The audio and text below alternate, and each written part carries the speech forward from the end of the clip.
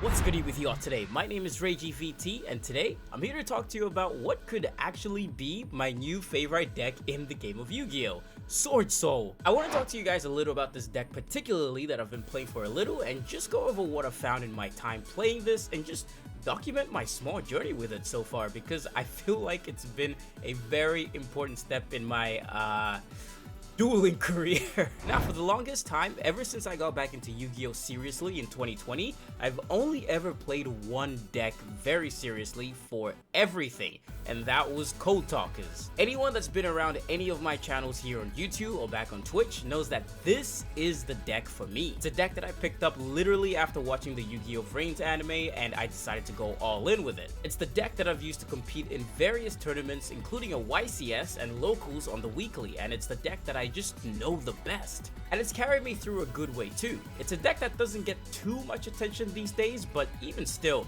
that hasn't stopped me from trying my absolute best to continuously push this deck to its limits and really try to raise the standard for it. I've made multiple deck profiles and videos featuring this typing, and it's the deck that I used to duel with in like 80% of my Master Duel streams. Now, personal history aside, this deck isn't without its problems. It does fall apart to quite a few higher tier strategies in the game right now, even with all the cyber support that we might get, and lately, with the power level of a lot of other decks in the game rising, I've been finding it hard personally to keep up, even with my extensive knowledge of the deck. And with my most recent deck profile taking quite a big hit on the ban list with the loss of Mathmech Circular, I thought that it might be time to move on, sadly. Don't get me wrong, this is still my absolute favorite deck in the game, and a lot of my channel and reputation has been built on being the Cybers guy. But I think that with competition really rising lately, not even just at high level tournaments like YCSs and stuff, but even just my locals, which has a very, I would say, vicious competitive scene, I think it's time that I try to find some proper balance with what I play. And hey, after my last display of skill on this channel while playing this deck, I think my Cybers license is at risk of getting revoked. Like, I'm about to be kicked out of the Signet and off of Ignister Island. So in saying that, I'd like to introduce you guys to the deck that I've decided to take up, and that's Swordsoul. Swordsoul is a deck that I've been playing for a little over a month now, and I've been trying to learn the ins and outs of this deck as I go. Swordsoul used to be a serious contender in the meta, and it still kinda is, but it sits more at a comfortable level in the meta, where it's still able to deal with a lot of the shenanigans that other decks put up and play into. It's a deck that focuses heavily on synchro summoning, but the way it works is your primary main deck monsters, Moye, Taya, and Longwan, generate tokens for you so you can easily synchro summon as soon as possible by simply revealing, banishing, or discarding a card. From there, you go into your big boss Swordsoul monsters such as Grandmaster Qishao, Supreme Sovereign Shengying, and my personal favorite of all the Swordsoul monsters, Supreme Sinister Sovereign Longwan. This is a deck that I wanted to play since the archetype was first introduced back in Burst of Destiny, but with how the hottest new archetypes are always super expensive when they debut, I couldn't really do much until they got reprinted in Magnificent Mavens. I first started experimenting with this deck in Master Duel on stream only a couple months ago before I got extra busy, but ever since coming back and giving it some more time, I've been really enjoying my time with the deck. Like, really enjoying my time with the deck. It's just so cool, and its game plan is so simple, but you can also make some insane things happen with this deck. It might not be at the top of the meta right now like it used to be, or may not be the first deck a lot of people think about when it comes to choosing something to compete in the meta, but it still holds its own quite well. So I'm playing a very basic Swordsoul Tenyi deck for now, which I think is the most common variation with the different Tenyi main deck and extra deck monsters. I've got all the basics that you'd expect for a standard Swordsoul deck. This isn't a deck profile, by the way. I just want to show what I have so far because I'm still learning and tweaking the deck to my needs. My main deck is what you'd expect with 3 Moye and 3 Taya and 2 Longwans. I also have the Iris Swordsoul, not just because I like her, but it saves my butt a lot of the time. I've found a lot of use for this, for real. And then I have my Ecclesia, which I've been told I should get rid of, but this card helps me out a lot. And then I have the main Tenyi monsters with Ashuna, Adhara, Vishuddha, and Chitana. And then my extra tools with Ash and Valor, and I only recently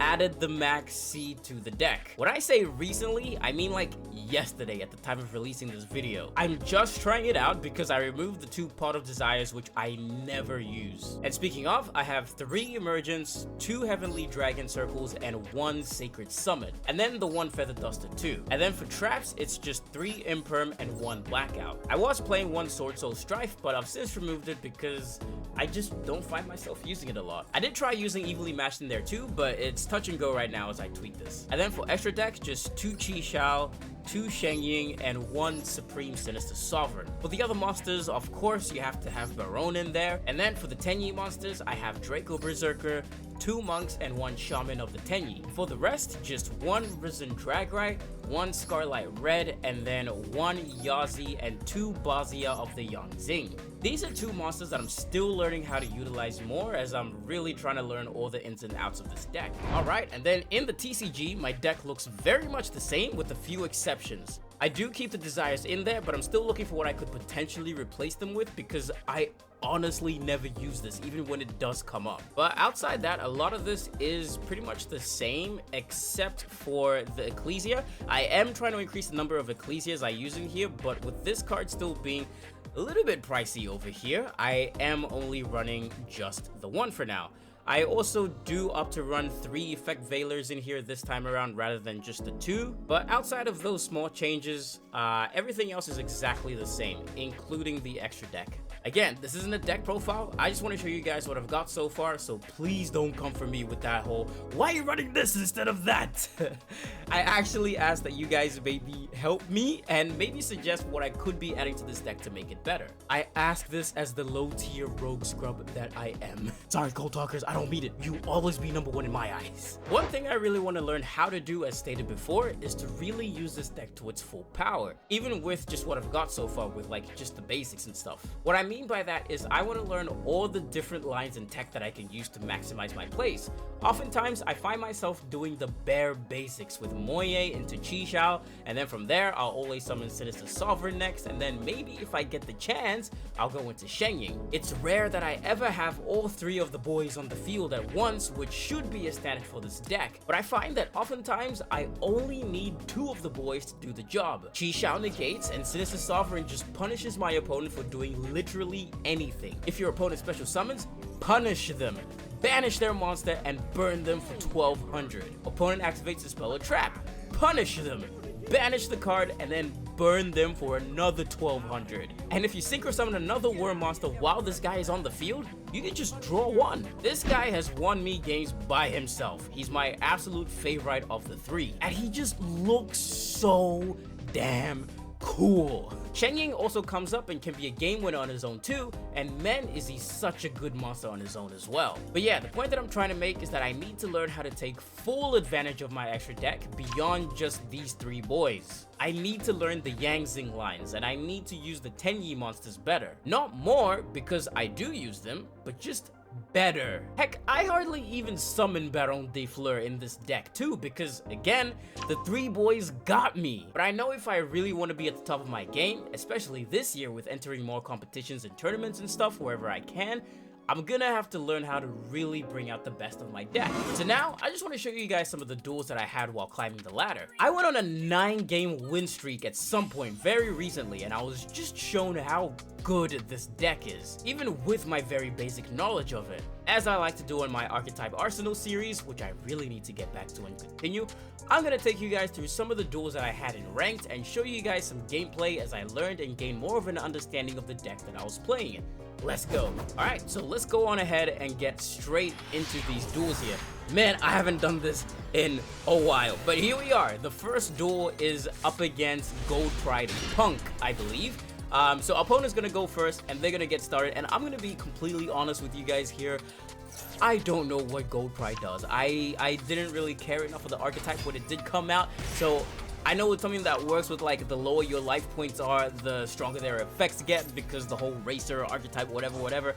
Anyways, opponent's gonna get it started right here. They're gonna activate the field spell with Punk Jam Extreme. They've got a couple of the Punk monsters already on the field, and let me be honest, Punk is also one of those archetypes that I never fully learned the ins and outs of. I know the basic plan, so I was keeping up as this duel went. So they do go on ahead, head into that fusion monster with Okuye Punk Rising. I'm sure I just butchered that name, but the effect is going to fire off, allowing them to summon even more punk monsters to the field, and then from here they're going to get into their synchro summoning.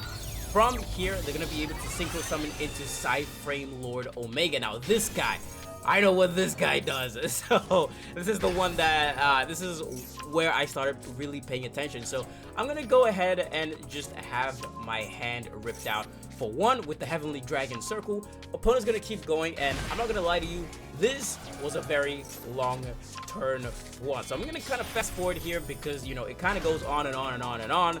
I don't really know what any of these Gold Pride cards do, but we're gonna keep it going. They've got some back row that they're trying to set up here with Gold Pride Better Luck next time. You know, flood the board, get everything here and out. They've got their Xyz monsters, which is going to fire off with its effect, and then just have an absolute lineup on their side of the field. So, getting to my turn, I don't really care about any of this.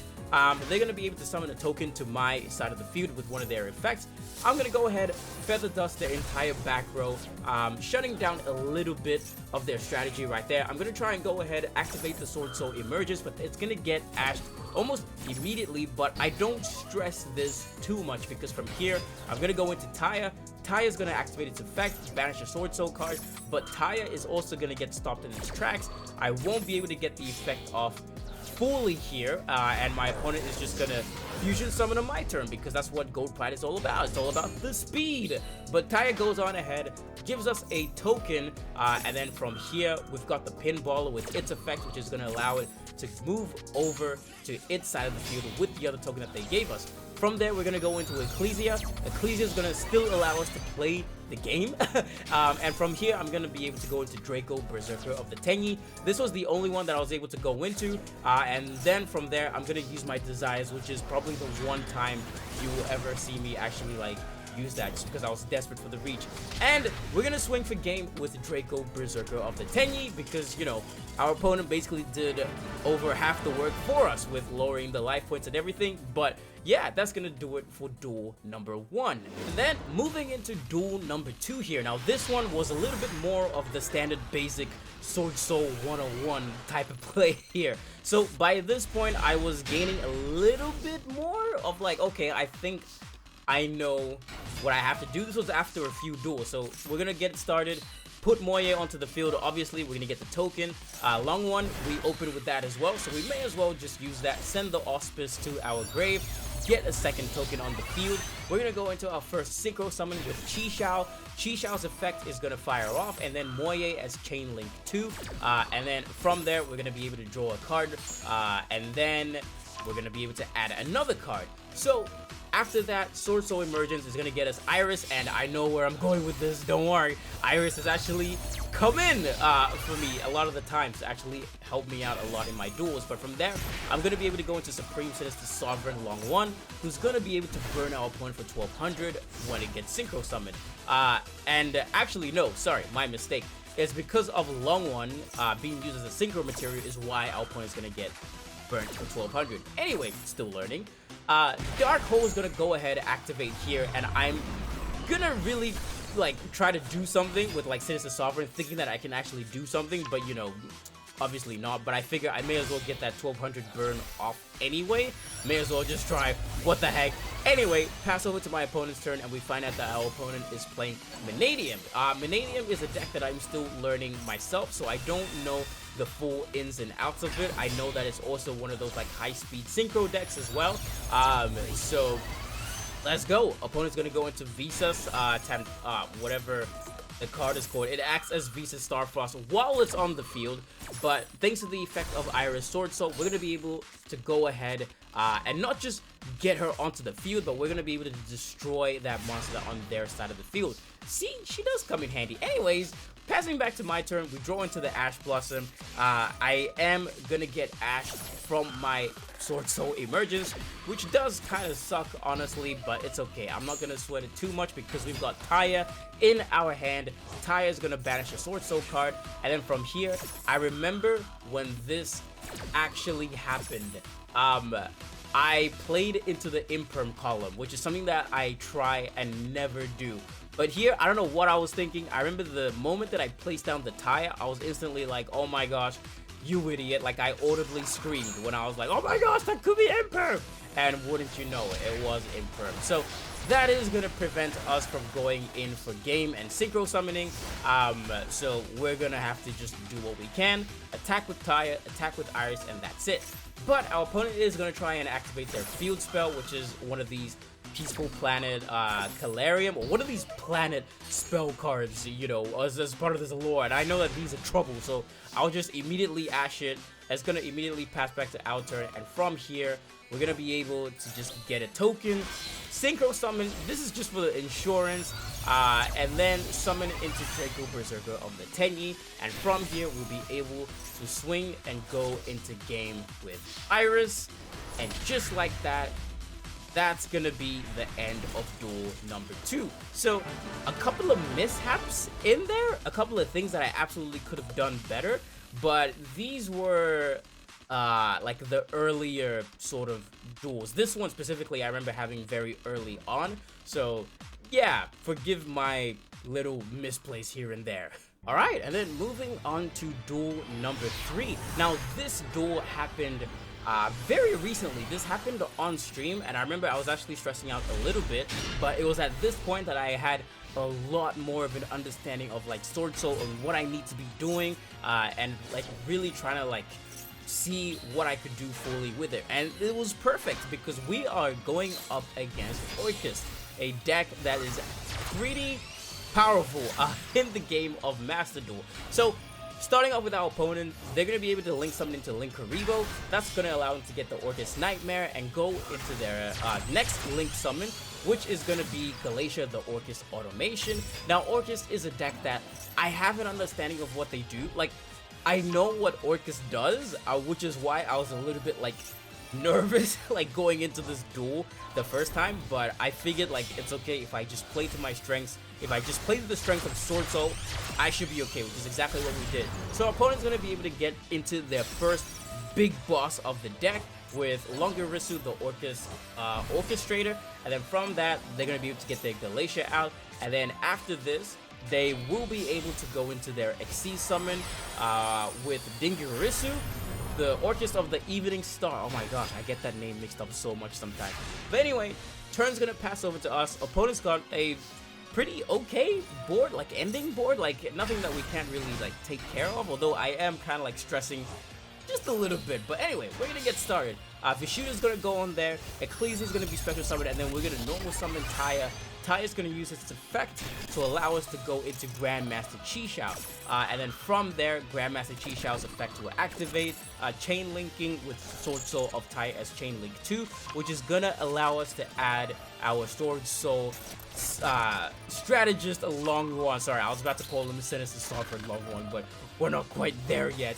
Anyway, we add Longhorn because if you don't open with Longhorn, you add him, well, as soon as you can, is what I've learned pretty much from my experience. But we're going to get a second token up onto that field. We're going to be able to go into our next Synchro Summon with Draco Berserker of the Tenyi. And then from here, Moya is going to activate, allowing us to get the Tenyi monster. And then from there, we're going to get Longhorn onto the field. Longhorn's going to do his token thingy as well. And then from there, we go into Shengying, our big boy. And Shengying is a card that I chose in this situation over Supreme Sinister Sovereign just because of the situation. I didn't really see the need to put Sinister Sovereign on there immediately without the way like Orcust is, with the way our opponent has been playing so far, so I make the call to just go into Shengying. Shengying is going to do some work for us because we're getting cards banished left and right, which is only powering up our big boy here. So the effect of our opponent's Orcust Girsu is going to activate. We're going to try and negate it with Swordsoul Grandmaster Chi-Xiao, which is going to go through. And then Shengying is also going to activate its effect as well, banishing a monster on our opponent's side. And then from there, we're going to be able to go into the Iris Swordsoul and essentially not be able to do a whole lot from our opponent's side. It's gonna pass back to our turn, and then from there, Draco Berserker is gonna attack, and from here, we're just pretty much gonna go for game. We don't waste time with the shenanigans of summoning more than we need to with the BM and all of that.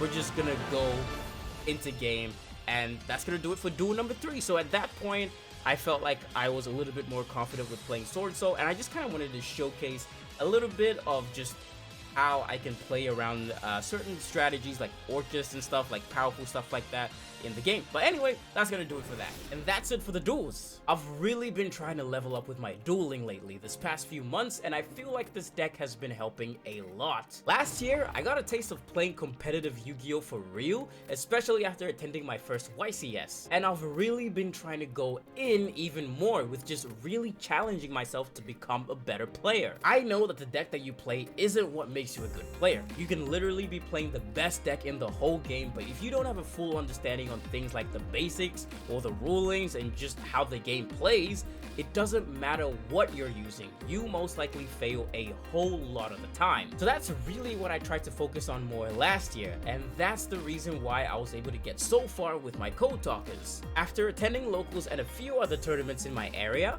I've been able to really take it up a level, and I can really feel myself having improved a lot.